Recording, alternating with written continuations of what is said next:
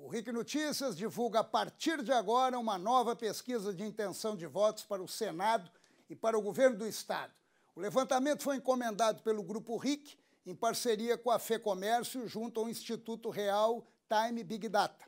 A pesquisa revela detalhes como a preferência de acordo com o gênero e a faixa de eleitores, a faixa etária dos eleitores. Ou seja, essa pesquisa traça uma radiografia do eleitor catarinense. A proposta é fazer uma análise detalhada desses números que trazem, inclusive, um comparativo com a pesquisa, aquela pesquisa que nós divulgamos no dia 5 de setembro.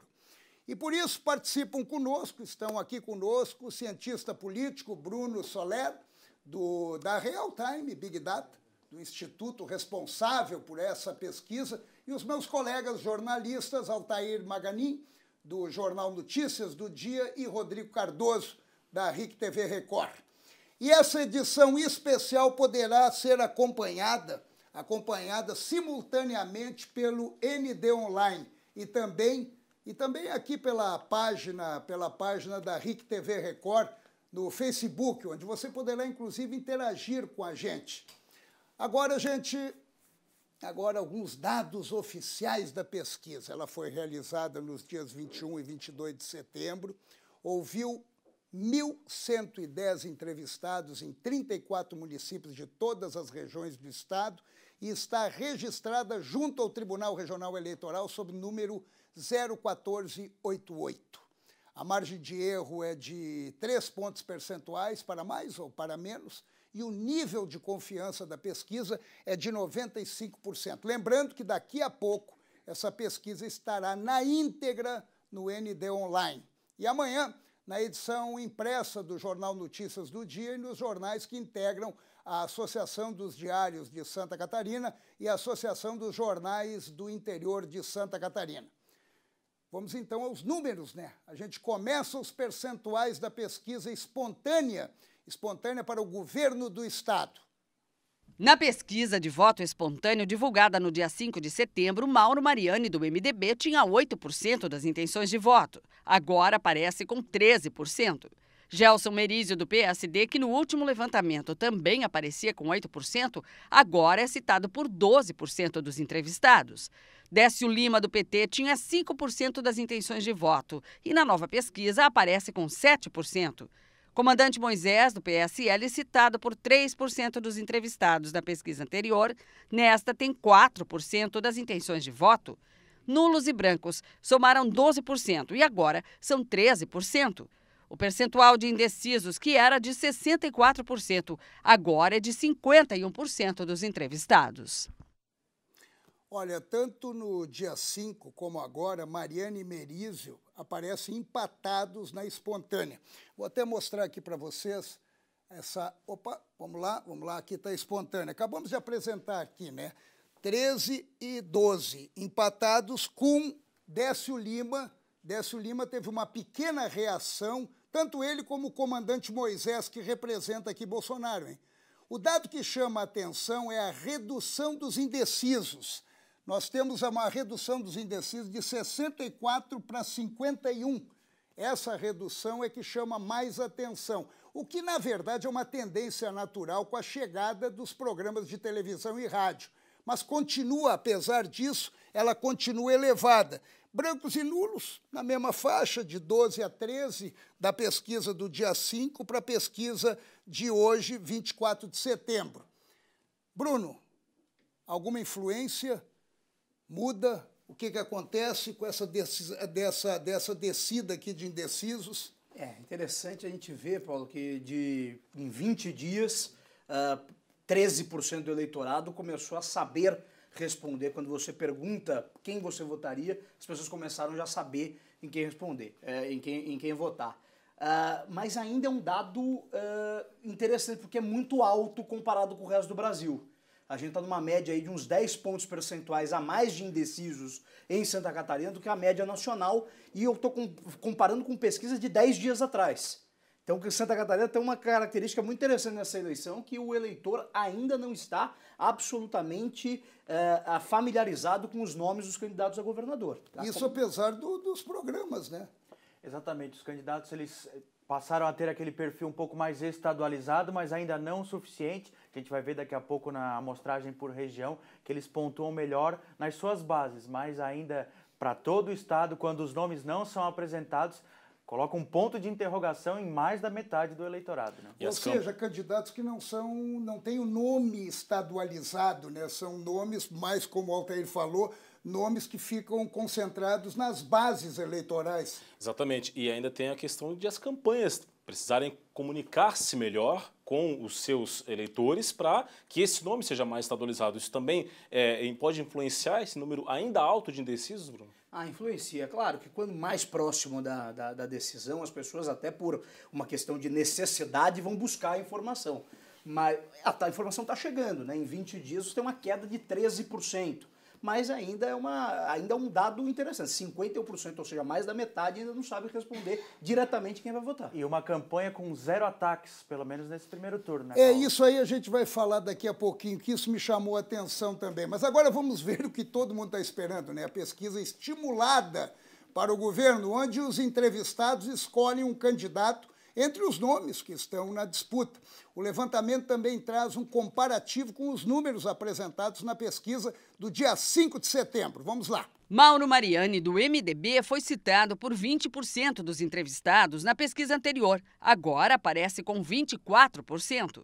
Gelson Merizio, do PSD, tinha 18% das intenções de voto e agora tem 22%. Décio Lima, do PT, era citado por 16% dos entrevistados na pesquisa anterior e agora aparece com 14%.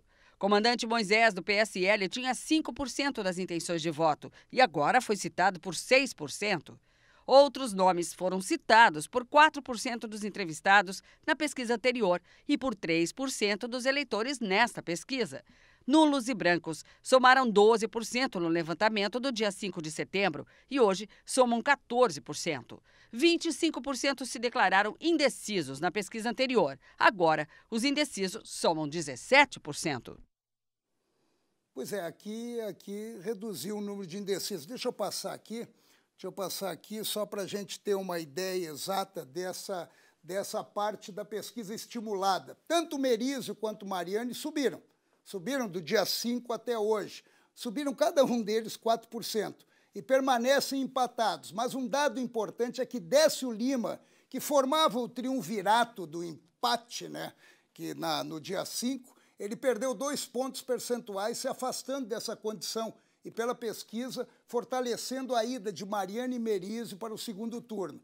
O que eu destaco aqui para colocar em debate, no meu entender, é que se trata de uma eleição indefinida e uma eleição que está no detalhe, no pequeno detalhe, é isso?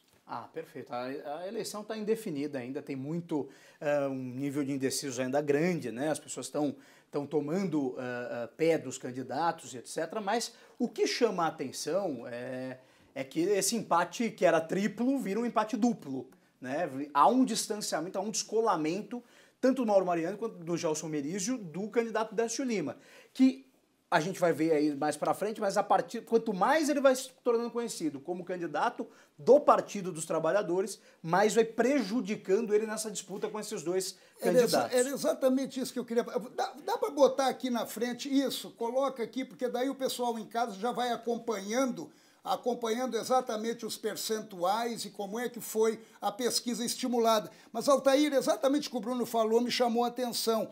Ele começou a se apresentar escondendo o PT.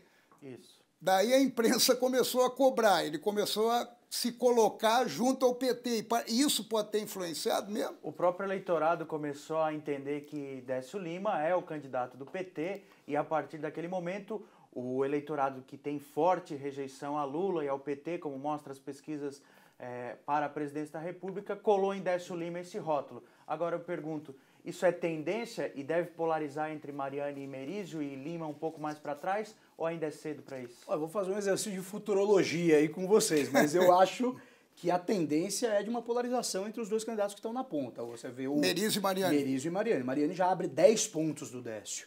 É uma distância considerável. O Merizio abre 8 pontos do Décio. Também é uma distância, já começa a ser considerável. E a gente vendo o perfil dos indecisos, a tendência é que esse eleitor que está indeciso comece a ir mais para esses dois da ponta do que para o Décio. O percentual de eleitores que declarou voto nulo ou branco na espontânea é muito parecido com o da estimulada, né? 13% na espontânea, 14% na estimulada. É realmente aquele eleitor que não se identificou com nenhuma das candidaturas, é aquele que está desiludido mais com a política, ainda que os candidatos já tenham apresentado algumas de suas propostas, Bruno? É sim, o branco e nulo é aquele que pretende não votar em ninguém mesmo, que não consegue escolher entre esses candidatos postos e não consegue escolher nenhum. O que você tem que chama a atenção é que os indecisos estão diminuindo, né? Isso que eu queria mostrar aqui, olha aqui, nós tínhamos 25 do dia 5 de setembro, agora nós estamos com 17 no dia 24 de setembro, ou seja, hoje, né? Isso já é um sintoma de que... Se a gente fizer um cálculo básico, Paulo, são 8 pontos que diminuíram. E os dois candidatos da ponta subiram 8 pontos. Subiram 8 pontos, 4 cada um. É verdade. Ou seja, eles estão conseguindo pegar esse voto indeciso. Agora, o candidato do Bolsonaro em Santa Catarina, o comandante Moisés, não conseguiu capitalizar muito esses votos, né? Deu uma crescida, né, pequena, mas tem dificuldade, porque os candidatos, tanto o Gelson Merizio quanto o Mauro Mariani, ambos entram no voto da centro-direita. Eles conseguem penetrar nesse voto, né, que é o voto mais forte do Estado. Então, ele tem uma dificuldade de posicionamento, na verdade. Ele tá dentro de um balaio que tem muitos candidatos, né? Olha, aqui a gente começa a perceber qual o quadro de disputa para o governo do Estado, passando a concentrar em Mauro Mariani, Gelson Merizio, Décio Lima. São 25% de indecisos, o que mantém a eleição em aberto e confirmando um segundo turno. São candidatos que nunca disputaram uma majoritária. São conhecidos em suas bases, tentando estadualizar o nome, agarrados no programa eleitoral. É isso que está acontecendo basicamente. Agora, eu queria passar para a rejeição, que a rejeição é fundamental, é um dado importante e interessante que sempre deve ser levado em consideração numa corrida eleitoral. A pesquisa que revela o índice de rejeição também é estimulada, ou seja, os entrevistados escolhem entre os nomes que estão na disputa. Vamos então aos números. Décio Lima, do PT, aparece com 44%. Mauro Mariani, do MDB, com 16%. Gelson Merizio, do PSD, com 15%. Comandante Moisés, do PSL, com 13%. Ingrid Assis, do PSTU, Gessé Pereira, do Patriota, Porta Nova, da Rede, Ângelo Castro, do PCO e Camazão, do PSOL, tem 10% cada. Olha aqui, não será a rejeição, no meu entender, se vocês me permitem, a rejeição que vai fazer a diferença entre os candidatos que estão liderando neste momento a corrida ao governo do Estado. Mariani e Merizio, até na rejeição, eles estão empatados, né?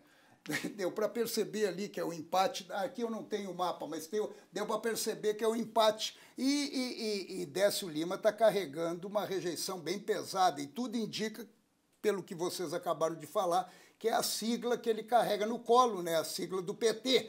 O que dá para perceber é que a campanha está mais no campo propositivo. O Altair levantou isso há pouco tempo atrás aqui, não havendo ataques entre adversários, o que de repente mantém uma rejeição num patamar, digamos, normal. Nesse momento não será esse detalhe o fator da rejeição paradinha ali, porque os líderes não estão se digladiando? Olha, a rejeição está pegando só o Décio mesmo nesse momento, né? Ele dobra da pesquisa do dia 5 para hoje, ele dobra a rejeição dele de 22% para 44%.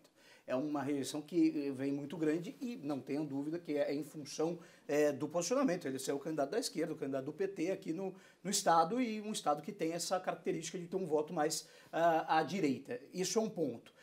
O que vai ser muito interessante é que talvez um segundo turno, se forem os dois, mesmo que confirmar Merizio e Mariani, vamos ver como vai ser a tática de ataque de ambos, né? Porque ambos representam, em tese, o governo.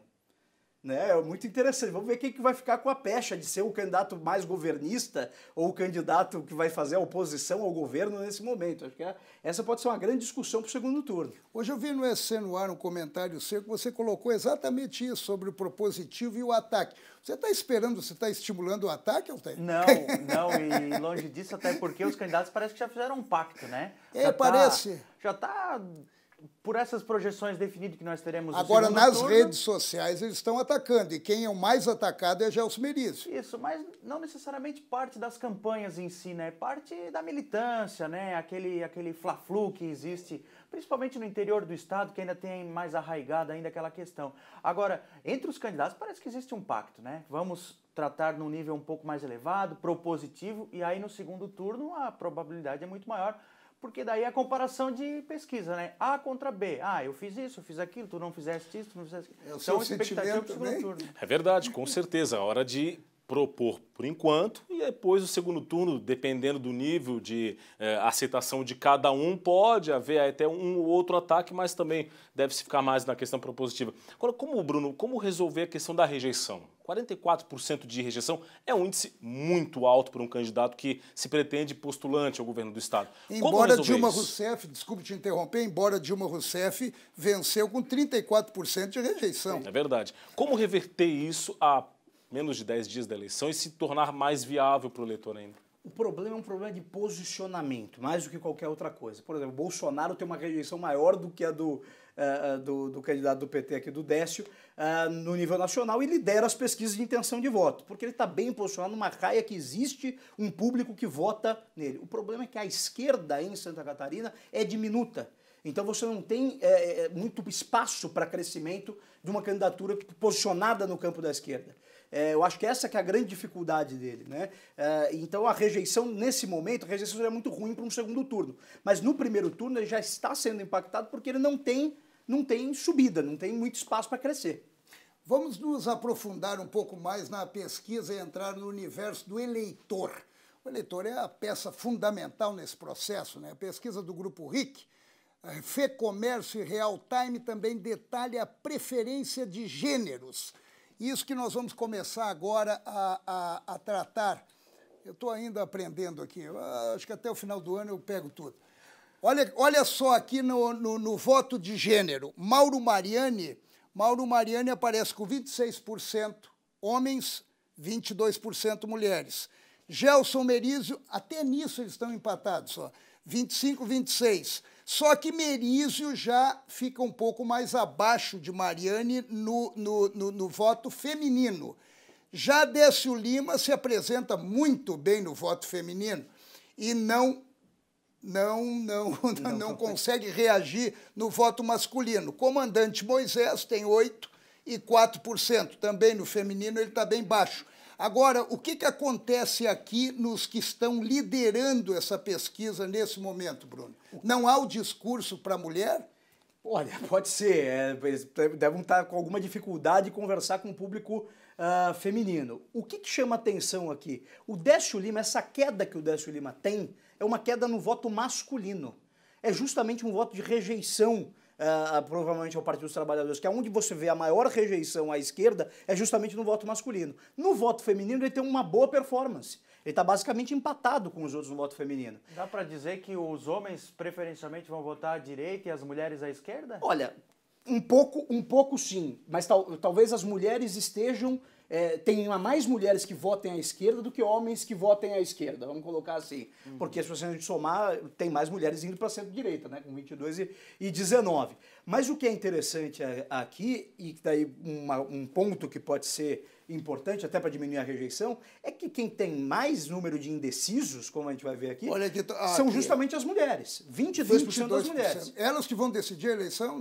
Essa pode ser uma tática para crescimento do Décio Lima. Se ele tem o melhor posicionamento entre as mulheres e ainda tem 22% de mulheres que estão indecisas, talvez ele tenha que concentrar... Então, Décio Lima está no páreo. Ele tem que concentrar a comunicação com esse público. Apesar da rejeição de 44%, E as ele está no campanhas? páreo com voto feminino. Se eu tivesse dado uma dica pro marqueteiro dele, eu falava, vai aqui, esse talvez seja o caminho. E as campanhas de Merizio e Mariane precisam melhorar a sua comunicação. Melhoraram durante alguns tempos, né, nessa campanha toda, falando um pouco mais de propostas para a mulher, ainda um pouco vagas, mas é preciso melhorar essa comunicação com o Aliás, público acho que feminino. uma coincidência, né? Depois que a nossa pesquisa revelou esses dados, parece que os candidatos se alertaram para esse público, né? Passaram a defender.